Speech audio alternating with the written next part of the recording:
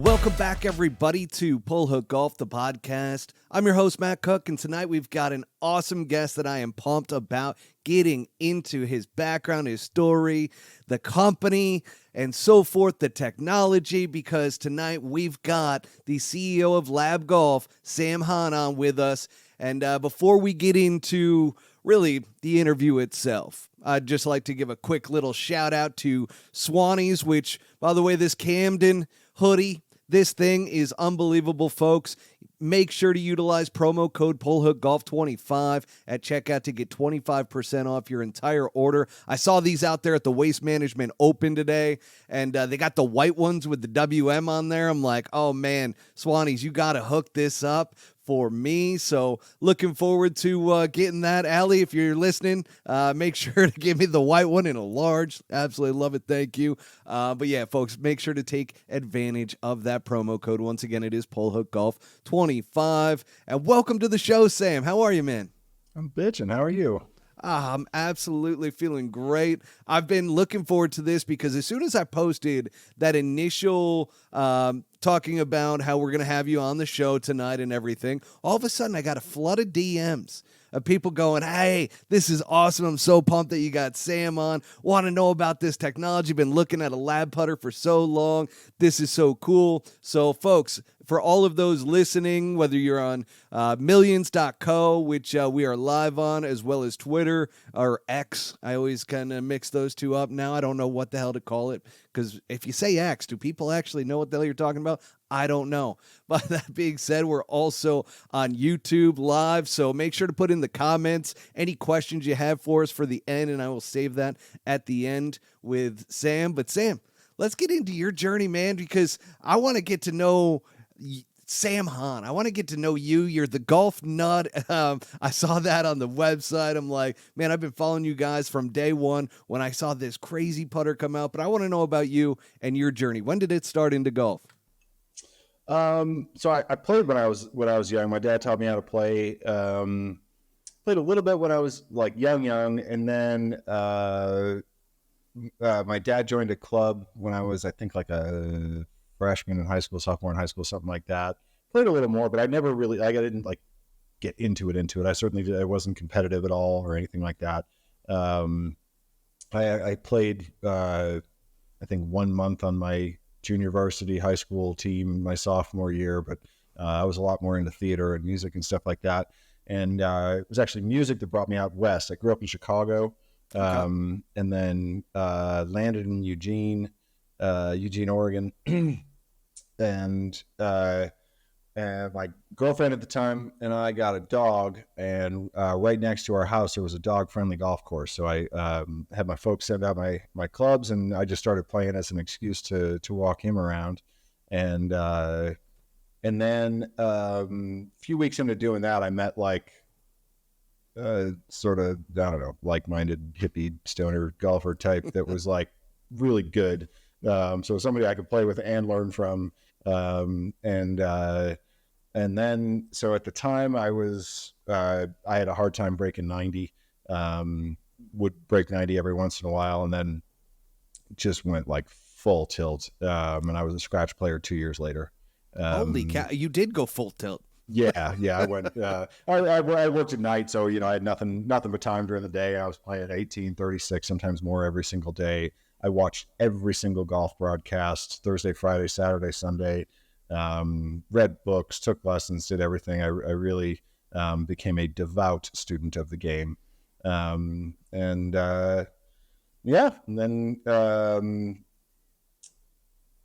Eugene or Oregon golf's pretty relaxed. There's not a whole bunch of golfers, and scene in general's, affordable, and relaxed, and courses are generally pretty quiet. And so I really got into it.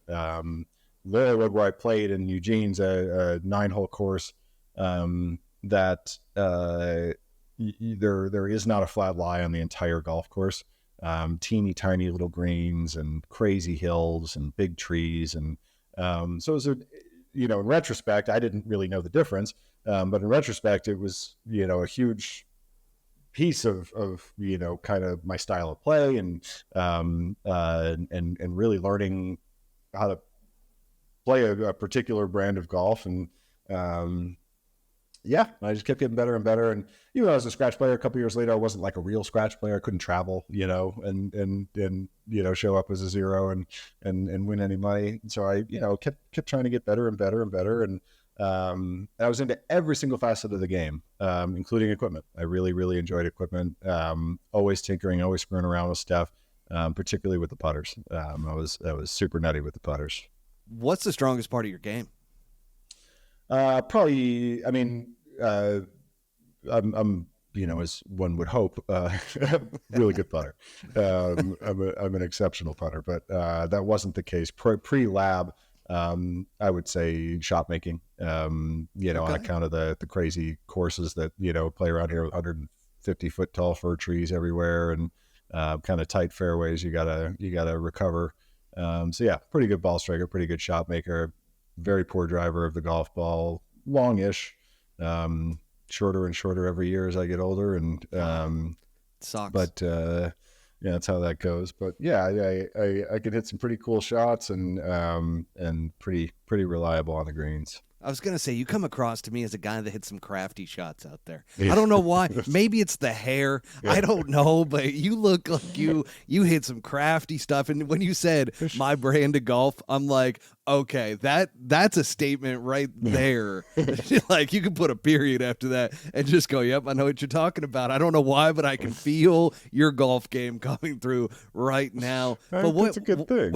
Yeah, no, it's an awesome thing. Because I play with some guys, and it's funny enough, at a par 3 course out here in Scottsdale called Mountain Shadows, or the short course at Mountain Shadows. And I play with some guys that, and one of them in particular, very crafty player. He plays the undulations and the slopes. He doesn't hit just pure golf shots. It's like a little bit off the haas, a little bit off the bottom groove, but he gets it around, and somehow he ends up shooting around even par. And I'm just like, dude, you are crafty. And so he never gives up. I don't know why everybody's so intense on just using the middle of it, It's so true. Like, we become obsessed with just in the middle of it. When you can hit, and he'll choke down, he'll hit it off the toe on purpose. Weird stuff. But that being said, now what got you into actually the golf industry side of things? It was, incredibly random. So yeah, I played a ton, and I was always available during the day. So after 15 years of playing golf, virtually everybody in Lane County, I played with pretty much every golfer around here at some point or another, and made a lot of good friendships, and certainly tight with the instruction community around here, all the different golf instructors and the pros and such. And one of them is a fellow named Bob Duncan, and Bob had met. Okay, so L.A.B was the technology was invented by a guy named Bill Pressey. Yeah. Bill's father was involved in the company early on, and Bill's father was William was an Australian guy. Bob had been in Australia just hanging out with friends, taking a fun golf trip, and found the putter, and then he became a rep for the company. So I was at Emerald Valley, which is where I play now and where the factory is. And he showed me this putter, and at the time I was using a little Napa deal, like a little heel shafted jobby, and was so streaky on the greens. And I was, as I've told a lot of people, I was truly, this is not an exaggeration, I was that month I was intentionally switching putters every single round of golf that I played. Even if I'd putted okay the round before, just to ride a honeymoon, because that was the only thing that ever seemed to work. There was never a putter that seemed to function more than, for 12 holes at a time. So showed up that day, I had a little Napa I was playing with, and he pulls out this, branding iron, and I had a profound experience with it. I mean, crazy experience with it. And that's the one that got people's attention, right? Yeah. Was that the big, huge. It looked like a UFO almost? Correct. Yes. It was like a whole, out of a list of about 30 different nicknames. When I got it, I nicknamed it Dark Helmet, from Spaceballs. Yeah. Solid. So I went Dark Helmet on mine, and it was such a crazy, like my results with it that first round were just so nuts that I, like an idiot went around telling everybody I'd found the answer, and this is the putter, and this is going to change my life, and da da da. And I spent $400 on it. It looked like crap at the time, so people were making fun of me for spending that kind of money on this, what looked like a cheap infomercial product at the time. And so I was kind of dug in and stubborn about it. So I ended up working through, sort of this hangover period that I had after my little honeymoon with it. And, in that experience, because of the stubbornness of not wanting to prove everybody right and wanting to prove everybody wrong, I really unlocked the power of this technology. So I was super all in, and then the head fell off the putter. That's not good. No, it's not what you're looking for out of a $400 putter. You hate to see it.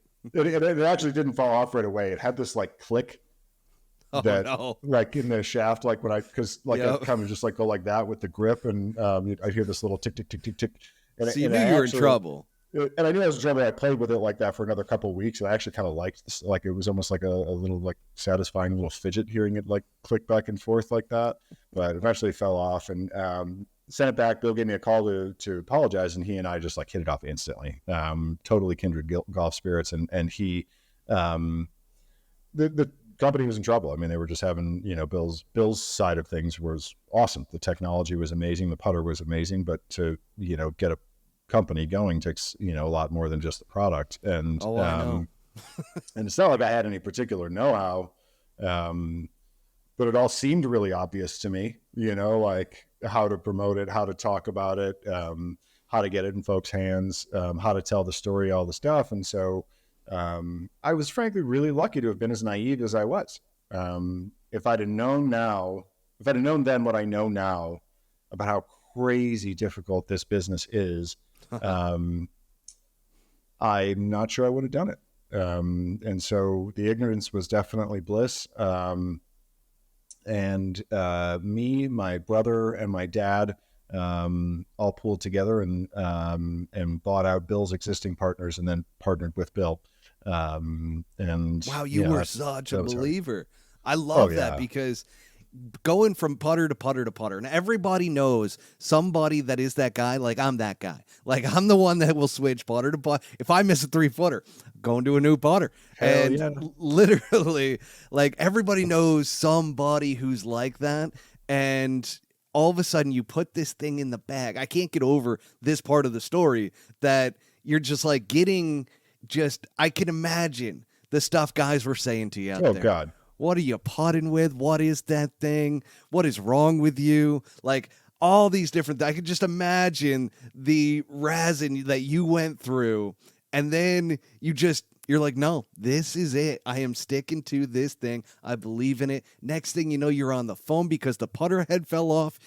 you end up getting a literally part of the company because you believe in it so much. And I mean, you talk about the fact that you're like, ignorance is bliss.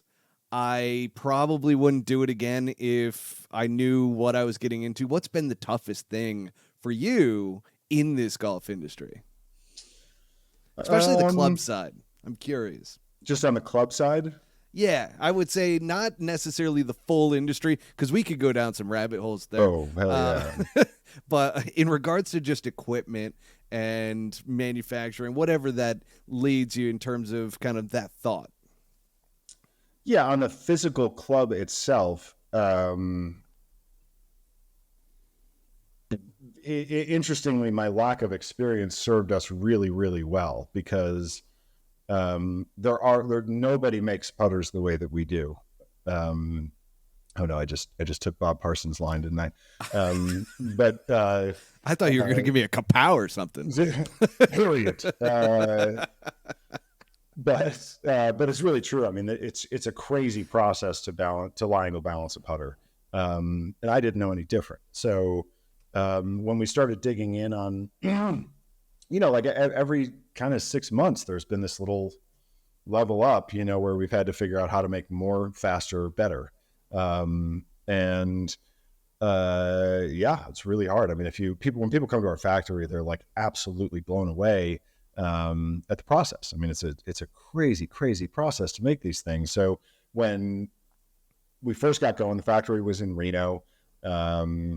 Business started to increase, after we kind of rebranded and all of that. And I mean, at every turn we've had to make our own path. There was no handbook for how to do this. And in fact, like some of the industry folks that I consulted with, I made a few friends along the way and, would call for advice here and there. And most of the time the advice was like, well, just you need to ultimately roll back the tolerances on what is a balanced putter if you're going to be able to mass produce these things, which to me was a non-starter. That was an unacceptable outcome. So it's been a real challenge to figure out how, we've wrote our own book on how to do this stuff, and we do it a completely different way. There's, the club, we do ultimately are better off with people who have worked in precision assembly of any kind, not club makers. Club makers have come along, and we definitely have a few experienced club makers that work at L.A.B. But the process is a lot more like, making a watch or cabinetry and things like that, where, those are the type of minds that we need working on these things. So, that's been an interesting challenge throughout the whole side of it in the clubs. That is mind-boggling right there.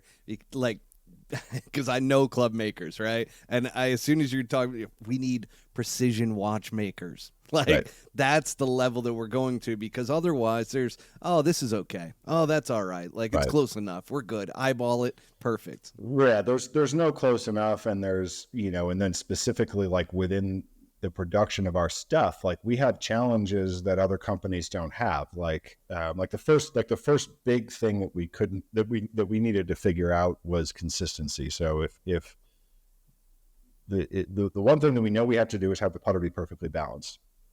Well, we do that with weight, and and moving weight around. And if the shaft location is a 5/1000ths in this direction or that direction, it's going to take different weights in different parts of the putter in order to make it balance. So oftentimes you could have, two 35-inch 69-degree putters sitting right next to each other, and they were separated by 50 grams, which early on our customers kind of didn't care, because the whole thing, the balance part of it was so useful that even if it was a little heavier than they wanted or a little lighter than they wanted or whatever, they would tolerate it. But I mean, if we were going to really, break into the mainstream here, getting them consistent was, a big deal. And so got some kick-ass engineers that have worked for us that weren't golf people, that were just engineering people, and, solved that problem. And then on and on and on. There's just all these little things that are different for us that don't apply to other companies. Like shafts is a crazy one. Like you could not believe how not straight and round the vast majority of all shafts in the world are. And if we have a crooked shaft, we can't balance it. And you don't really know that it's crooked until you start, because these tolerances are so tight on the shafts, and it's not like you can see it necessarily unless you put it on a little device or whatever. So, things like that were just, big time challenges. I mean, you've reinvented the wheel. It's pretty cool to hear, because you can't really go down that industry path. Like you said, you had to get some kick-ass engineers from outside of golf, bring them in. You're like, all right, let's go. We're building a rocket here. They're like, wait a second, I thought I just joined a putter company. Right. You're like, no, you sure didn't. We are reinventing this thing. And now I'm starting to get it. Like, I'm starting to understand why, because, and we'll get to this in a little bit, but why you have such a cult following on tour. Because those guys, and being around some of them, like they've become like salesmen. They want you to own a L.A.B golf putter because they know what it can do for you. I have not made the switch yet, but my God, am I going to? And I can't wait to start to really get the understanding, but I'm not there yet in terms of understanding how this all works. So take me through lie angle balance as the technology. Obviously that's the name of the company, L.A.B, lie angle balance, but take me through kind of how does this technology work? So, the best thing to do for your listeners, right on the homepage of our website, I've got a video where I use a device called the Revealer that explains it very easily. And yes, I've seen that. We're calling out the fact that L.A.B does not exist without that revealer. There's just, it's very, very difficult technology to explain. Our attention span with equipment is pretty minimal. And so to have a device that just kind of shows you what's up in 30 seconds is why we are where we are. I don't even know that I would have had interest in the company without the revealer. It's the most powerful marketing tool I've ever seen. But effectively what the revealer shows you when we put other putters in it is that other putters don't do what we've been told that they do. We've been told that a toe hang putter has toe flow. There's no such thing as toe flow. The toe does not flow. A toe hang putter, from a torque perspective, the second you pull it back is actually trying to shut. And then if you're able to keep it square in the backstroke, you start down, it's actually trying to open.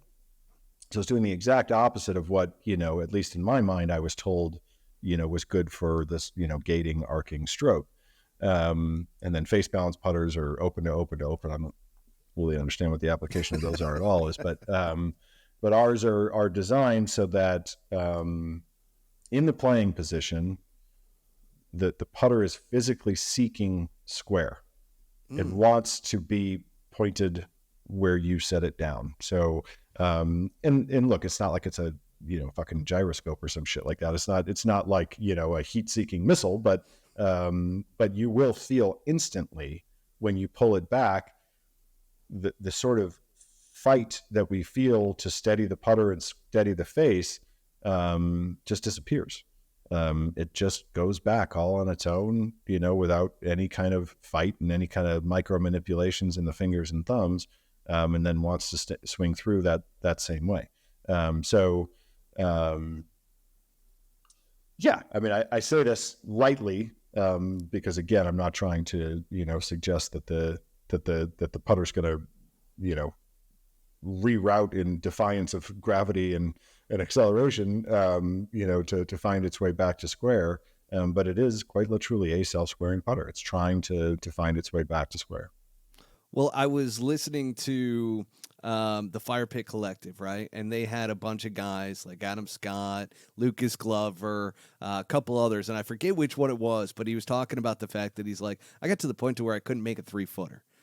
And all of a sudden I put this putter in my hand, I couldn't miss a 3-footer. And that's where, to me, when you're going through this, talking about the face knot, because I always feel it in my hands when I pull back on a short putt. It's never really the longer kind of 15, 20 footers. That's where I excel.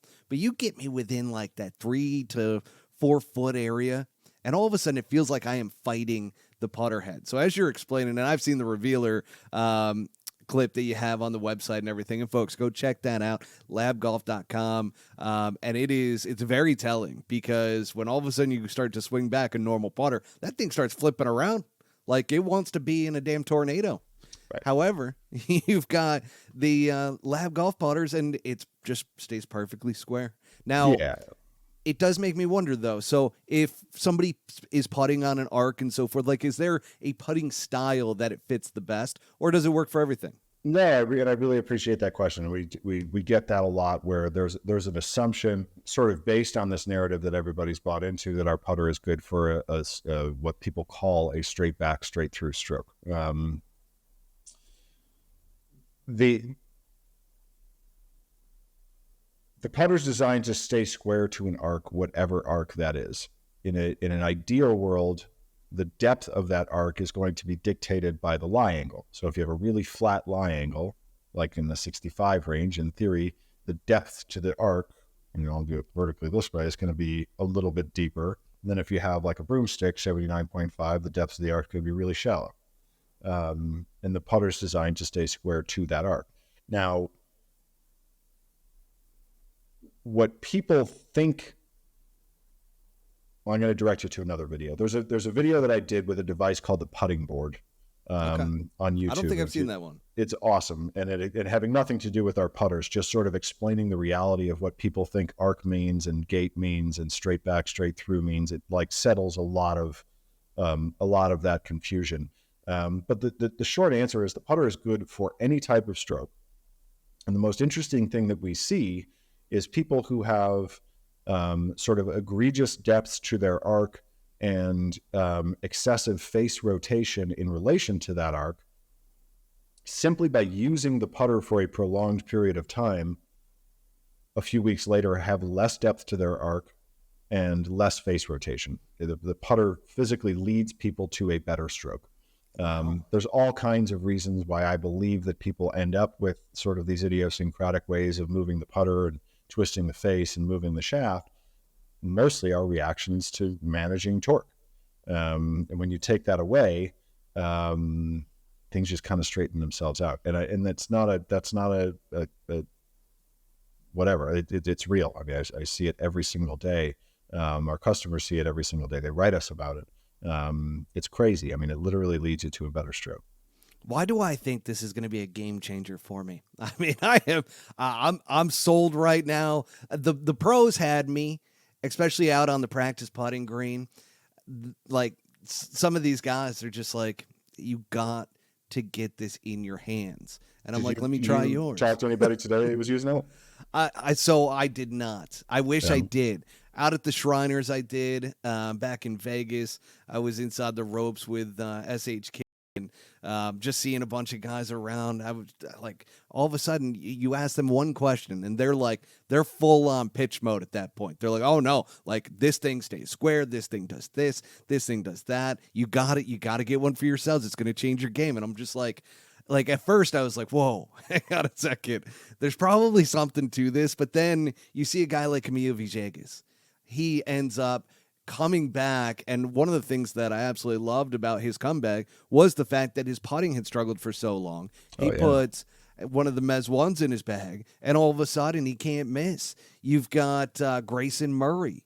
He has just a tremendous story himself, but one of the things that you saw that putt that he made on the 18th hole in order to win. I mean, it's those types of things that are just like, holy cow, there is something here. And I did notice a lot of the LIV guys have the L.A.B putters as well. So we'll get into that as well towards the end here.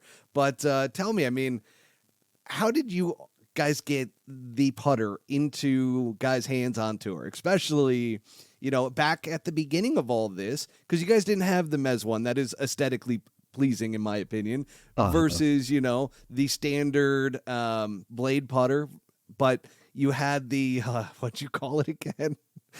The dark helmet? Yes, the dark helmet. Yeah. You had that one to start out with. How do you get this into some of the guys' hands? So we caught a really, really, really good break. So my intent, like part of my business plan when we did all this, was I wanted to give away 1,000 putters, between PGA professionals, club professionals, high profile amateurs, where anybody that had any potential to kind of move the needle,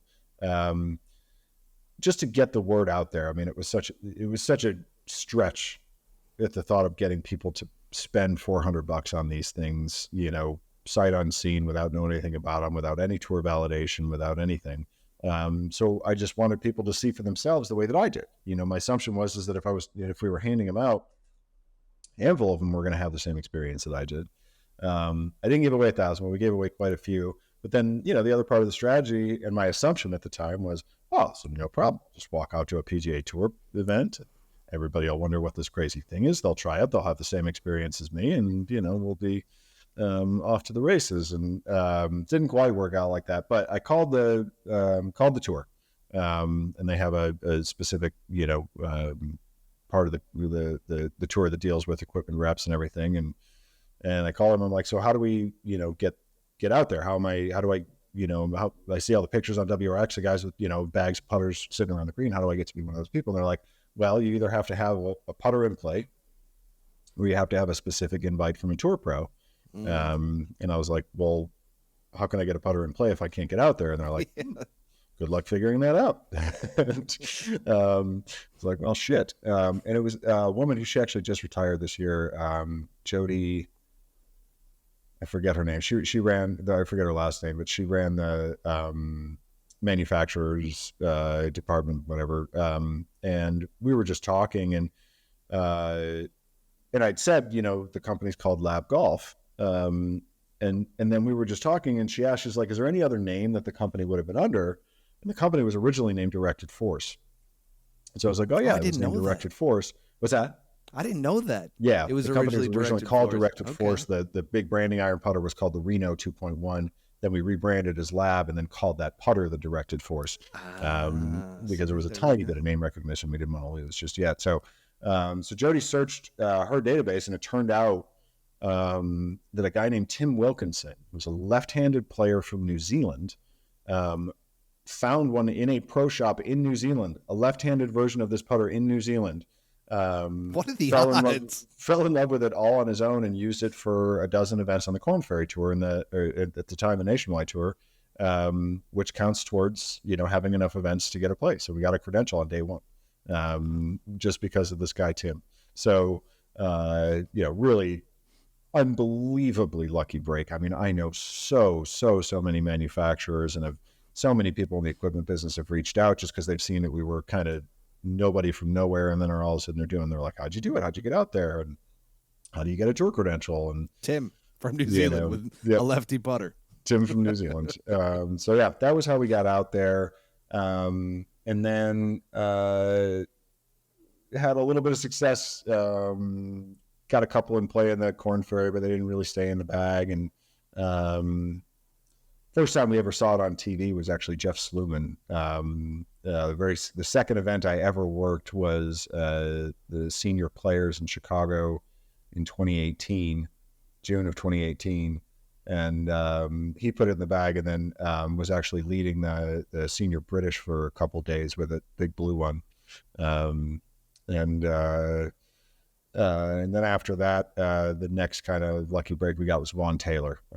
Vaughn was who you would have, who you were referring to in that Fire Pit Collective, thing where he was really struggling. And Vaughn was a crazy good putter. He had that Seymour putter forever. And but then he hit that stretch to where, he couldn't make a short putt. He started almost having like the yips.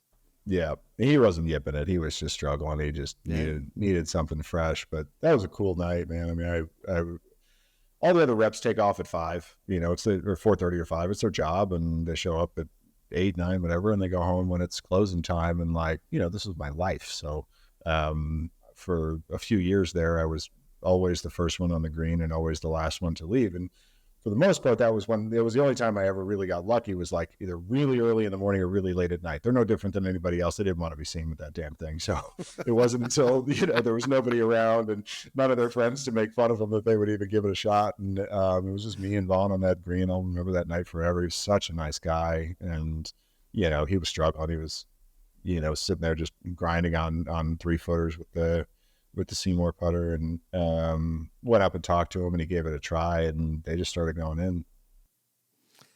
Would you say that was the big break, or were there other big name golfers that you're like, oh wow, we're gaining some real traction here? That event was a big one because Vaughn happened to be staying at a house with like a half a dozen other guys. Like Bill Haas was there, and Kisner, and I can't remember who else. There was a few other, and it's really interesting too. Like the guys that are needle movers for the public are very different than guys that are needle movers on tour. So at the time, Vaughn was a Ryder Cupper, but I mean, he was 10, 15 years removed from, the prime of his career. But he was still a damn good putter and very, very well respected as a putter on tour. So when Vaughn Taylor goes back to a house full of a half a dozen guys saying, guys, I just saw something that blew my mind, it was a big deal to them. So they all came over to the bag the next morning. And I think that week was one of our biggest weeks. I think we had 4 or 5 in play that week. But then they come out of the bag, and, because, that was the hard part about that particular model, was like, unless you're filling the world with it, like nobody wanted to be carrying it around. So you miss a couple short putts, that thing's going under the stairs real quick. And, we don't pay guys. And so it was hard to keep them in the bag. So yeah, that was pretty good. It got us out there, and it got us enough plays that we were able to keep a credential for the following year, which was a big deal. So then we, still got to stay with it. Then the following year, so that was the Barracuda in Reno. Okay. And then that might have been the last event we attended that year. And then earlier I'd been in touch with Kelly Slater, the surfer, had made a post about the putter on Instagram, like we didn't have any idea he was using it or anything. And we saw the post, it was like, wow. So we reached out and we got friendly, and he ended up playing in the AT&T with Adam Scott, and out putted him and everybody in that group. I mean, he was filling it up that week. Which one does Kelly Slater have? Oh, he still uses the big one. Okay. Yeah. He's very, very, he is a function over form guy, period. He is one of the most intelligent golfers I've ever met. He gets a lot out of it. He's really, really good. Like, he's not just celebrity good. Like, he is really, really good. Very, very efficient player. The surfer and can an exceptional play. putter. What's that? The surfer can play. The surfer can play. Man. And you would, like, I had my thoughts of what a, world champion surfer was like, that he would be all like laid back and, chill or whatever. Like, dude's all business. He likes kicking everybody's ass. And so he played with Adam, and then Adam hit me up the following week at Riviera.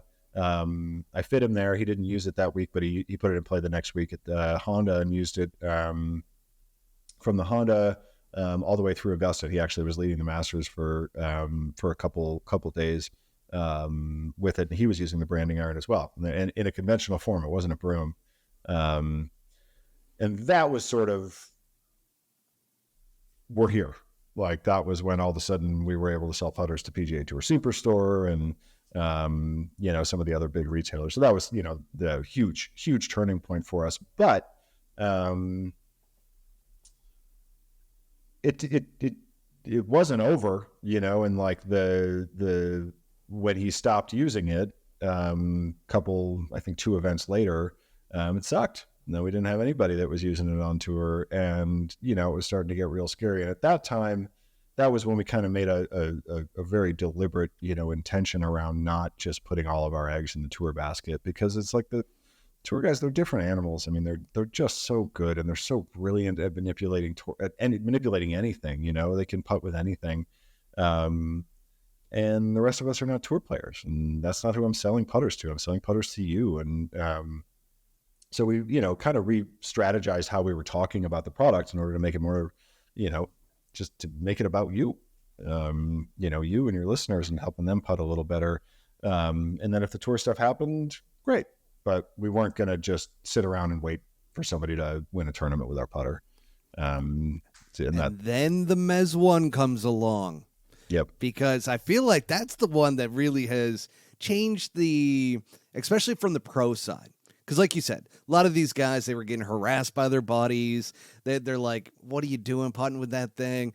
And sure enough, you guys come out with the Mez 1, and this is a good looking, it's got a good aesthetic to it. It's a cool looking putter. So I was at the PGA show in 2019, and I ran into a guy named John Bergquist, and he had his company was called Flux, and he was making some really weird looking putters, but they were super cool.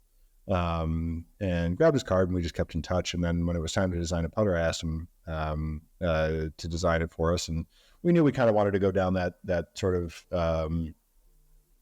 Odyssey number 7 shape. It had just been, so popular at the time, but we also wanted it to be, weird enough to be a lab.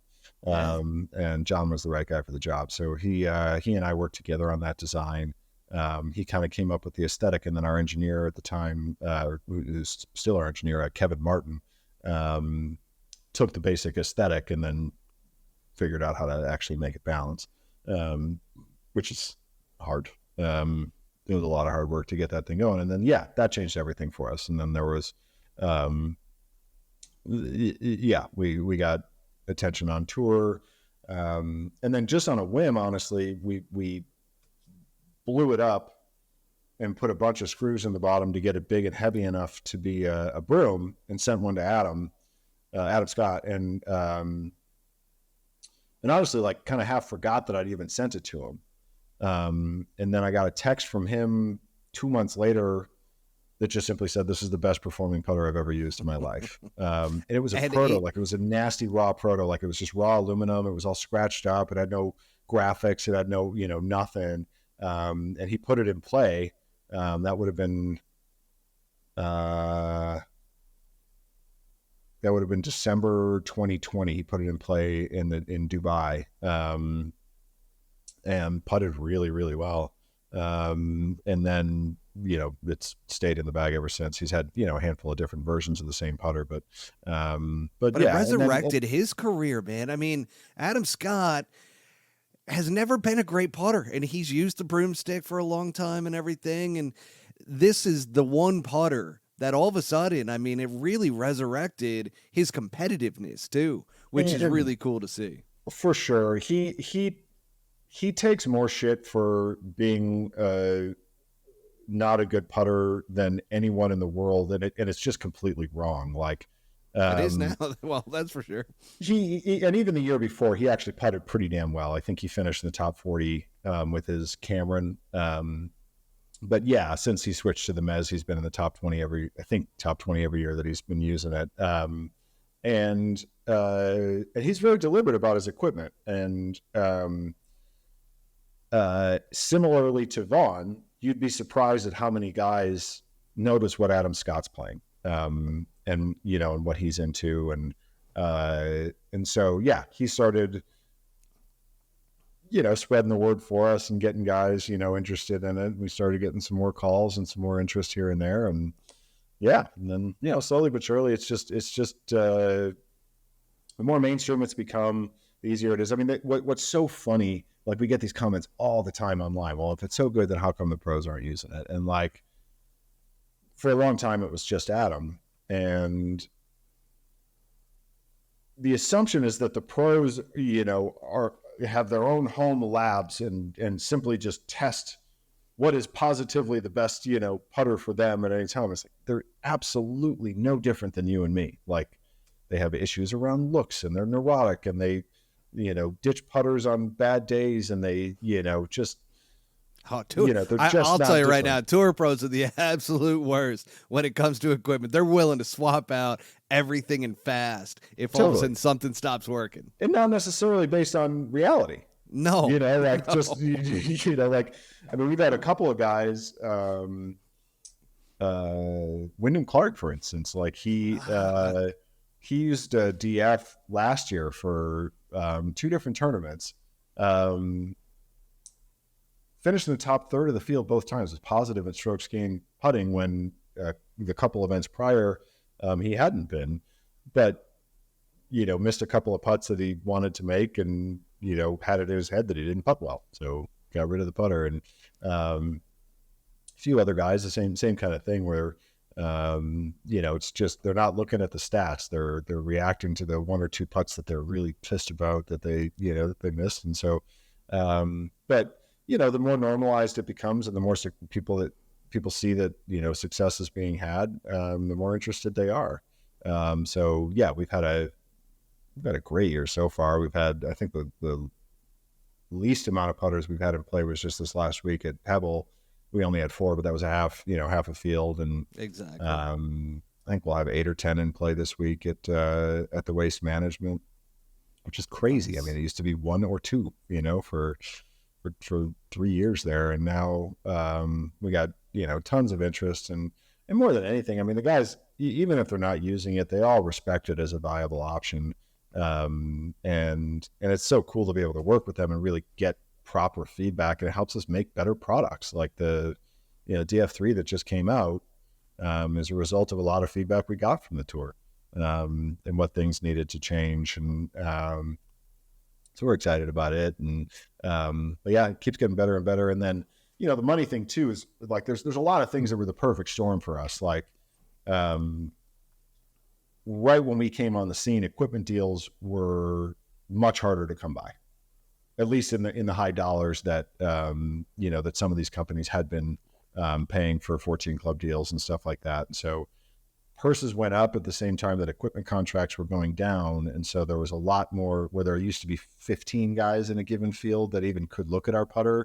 That's a good point. All of a sudden there was 30 or 40.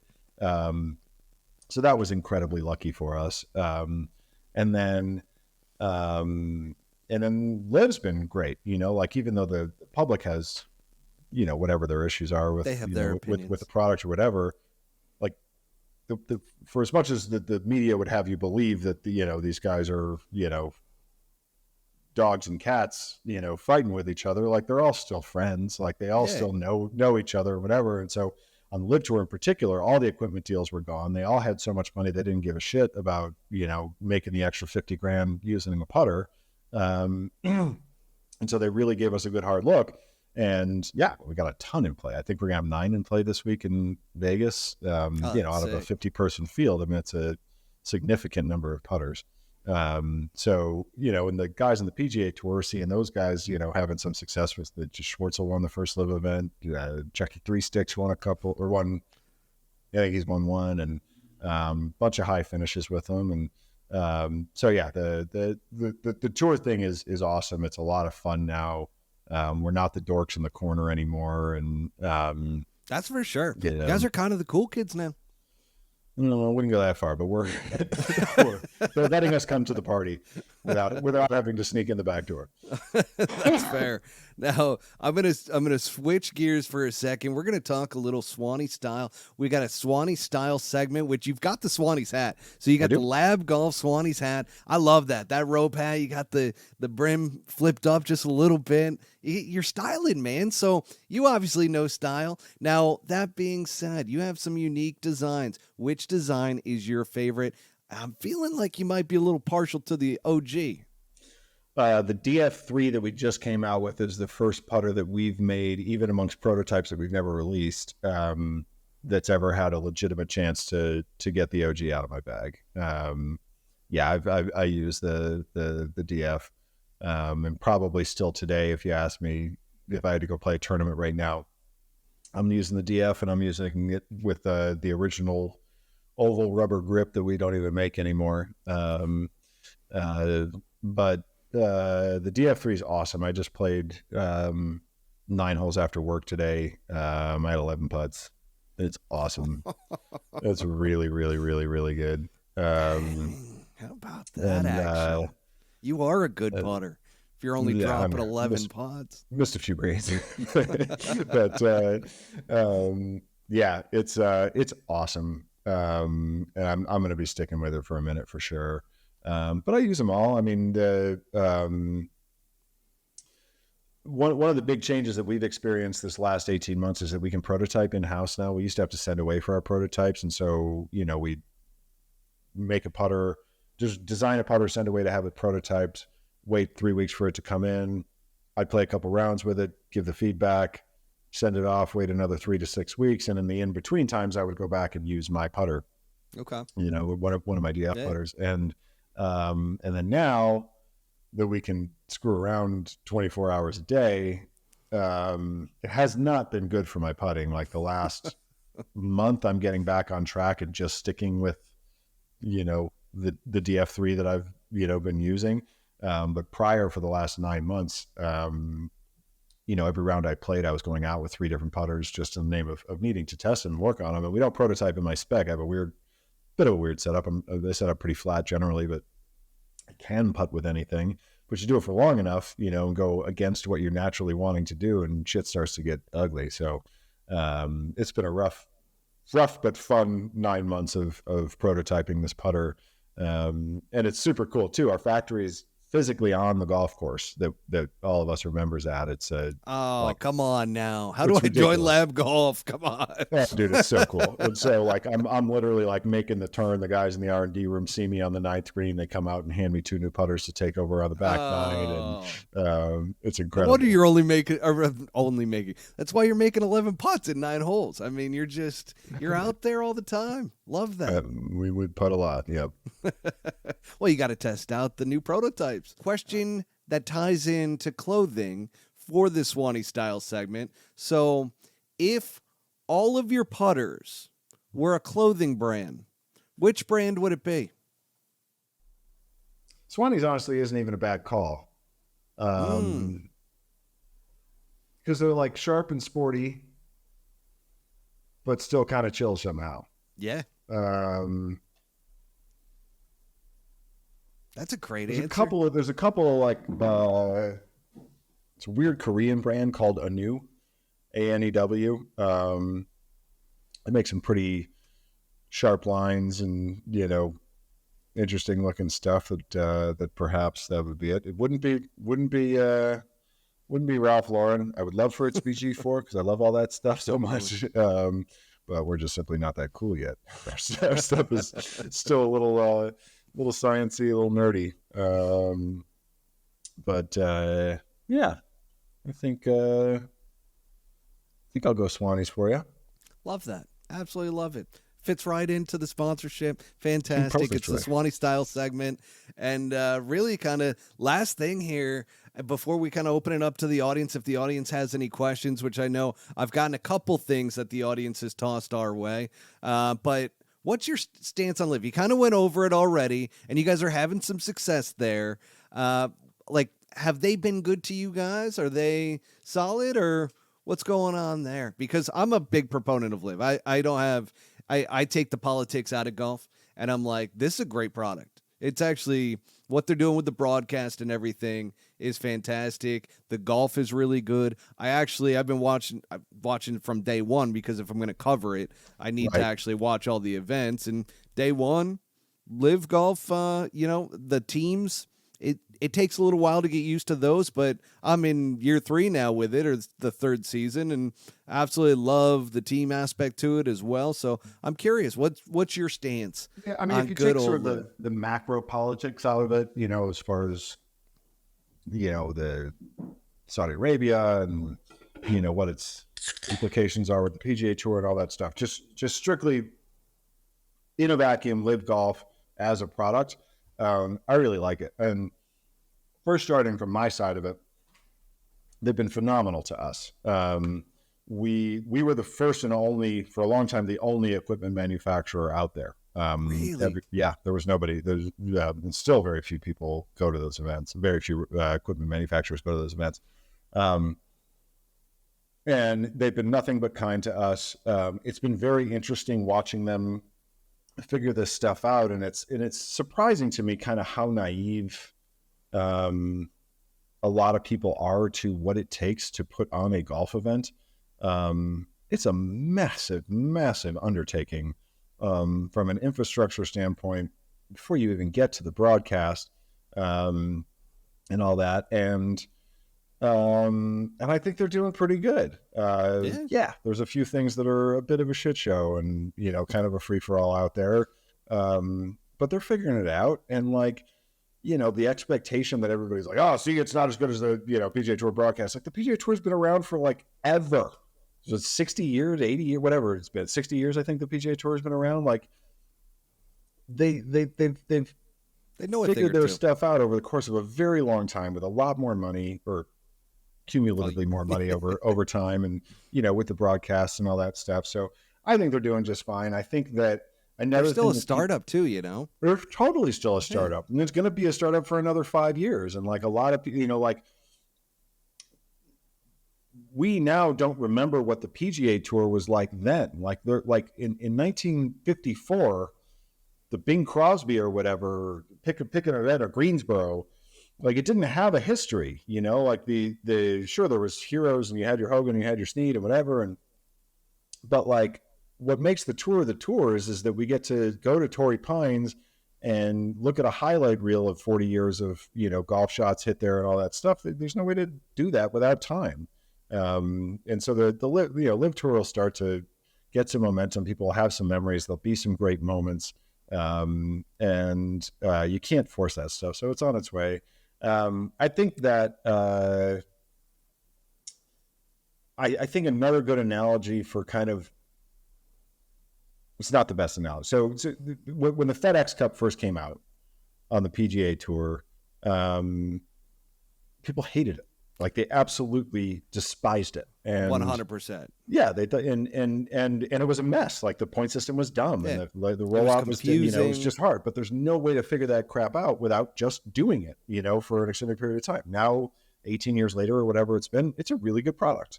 And I totally watch the Tour Championship now, and I'm interested where people are landing on the FedEx Cup. It's the same thing with LIV. It's just going to take a minute for people to get used to it.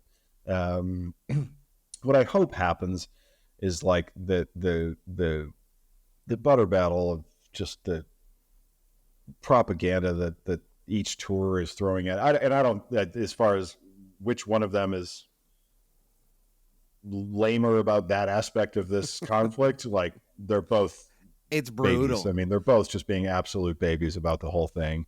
And have you been on Twitter lately? Because I don't that go is just at all. that is just a cesspool of like haters on both sides. They're the exact same, but they just go at each They're other. the exact same, and it's just it's so dumb that they can't see that and acknowledge it and realize how transparent that is to anybody who's really paying attention. Exactly. Like they just need to stop. And I think it's coming up. I think I think people are just exhausted at this point. And literally 2 conversations today.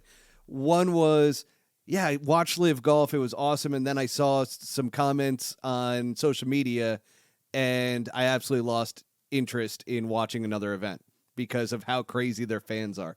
And I'm like, wow, like that's a strong take. And then I've got another guy who's like, listen, I got into golf 5 years ago and I like went into the PGA Tour so hard. I just can't get over some of the gimmicks to Live Golf, like the putting line that's on there.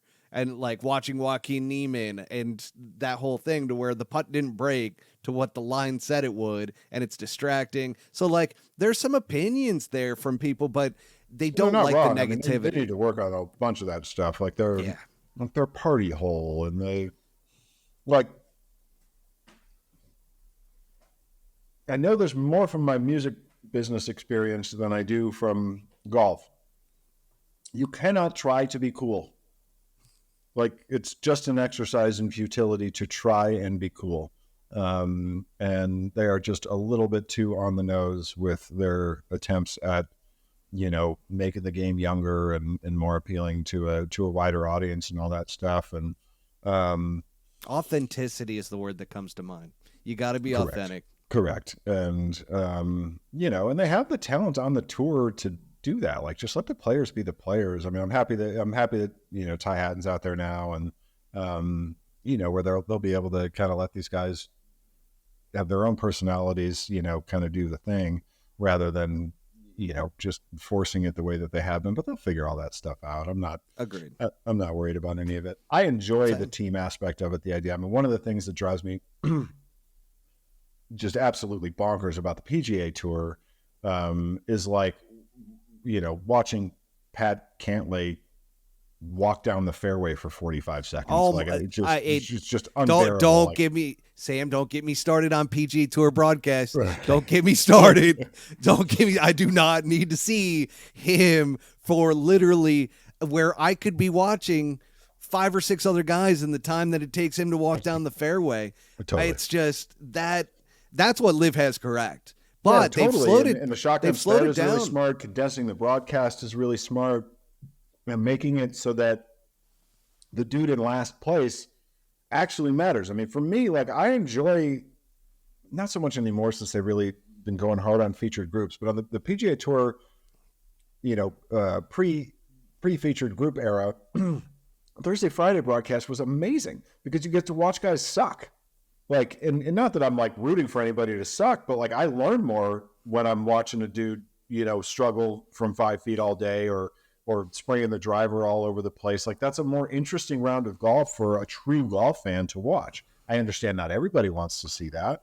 And that's what's nice about a 48-person field where you're seeing the whole range of golf and it all matters. It totally matters for, these dudes that are struggling just to try to make a few extra putts coming in for their team.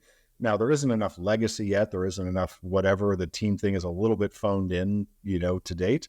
But as soon as there's, one great rivalry or one close, match, it'll start to get some legs. That's the stuff that they just can't force. They just have to be patient and let it happen. But I think it's pretty cool. It's only going to happen with time. I'm with you 100% on that. Now, let's get to the audience questions. You've been gracious with your time. So, little Q&A here with the audience, and this is from Paul in Minnesota. He wants to know, hey, I've been thinking about getting a L.A.B putter for a long time. Where can I go get fitted? So I know you guys got the online deal. Take me through for Paul, what we're looking at there in order to kind of get fitted for one of the L.A.B putters? First of all, same button on the website. So you're going to go to the website, you're going to click on the button for fitting at the top of the home page. There you will either see instructions for the remote fitting, which I'll talk about in a second, or you'll have the locator. So you can plug in your zip code, Paul, and you'll see what's near you. We are in every PGA Tour Superstore, soon to be every single Golf Galaxy. So if you got one of those in the area, you can do it. From a fitting standpoint, they're not necessarily going to be the best. That's a great place to kind of touch and feel the stock versions. Some of them have fitting capabilities, some of them don't. If you want to get fit in person, there's probably a club champion near you. Those guys have a bit more experience and a bit more training in fitting them. And then we also have, plenty of independent green grass facilities or, small mom and pop brick and mortar stores. And you'll see all of them listed right there on the website. That said, if you're in and you're going to buy one of these putters, you want to get one, do the remote fitting. It's awesome.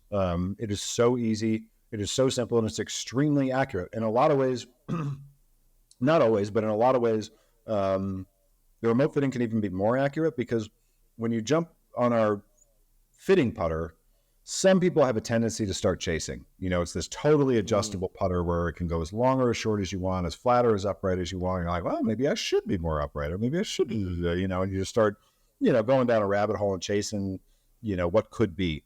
The Sure. remote fitting has you with your putter in your home, in your pajamas, in a comfy mode, just making a few strokes. 95% of our tour pros are fit remotely. Wow, So how it about is an that? extremely, extremely accurate process. A lot of people are skeptical of the idea of just sending in a simple cell phone video, but it really, really does work. Nice. And then Chris in LA, and this will be our last audience question here. So Chris in LA wants to know, you were talking about the Mez one earlier. Is the blade putter just as difficult to do the lie angle balance on or tougher? More difficult. The blade putters are, some people may remember we had a putter called the B2. It was basically a block of steel on a stick. It's out of production because they were impossible to balance. Like we were scrapping, one head out of every five that made it through, and it just wasn't feasible. So if you can picture it, the closer that the weights are to the shaft axis, the less room you have to work with. So like if it's really far away from the shaft, putting a weight out in the corner, if it's 3 or 4 inches away from the shaft axis versus half an inch away from the shaft axis, has more impact on the balance and getting it to teeter properly. So the blades are a big pain in the butt. Our link is by far takes the longest to balance of any of our offerings. Awesome.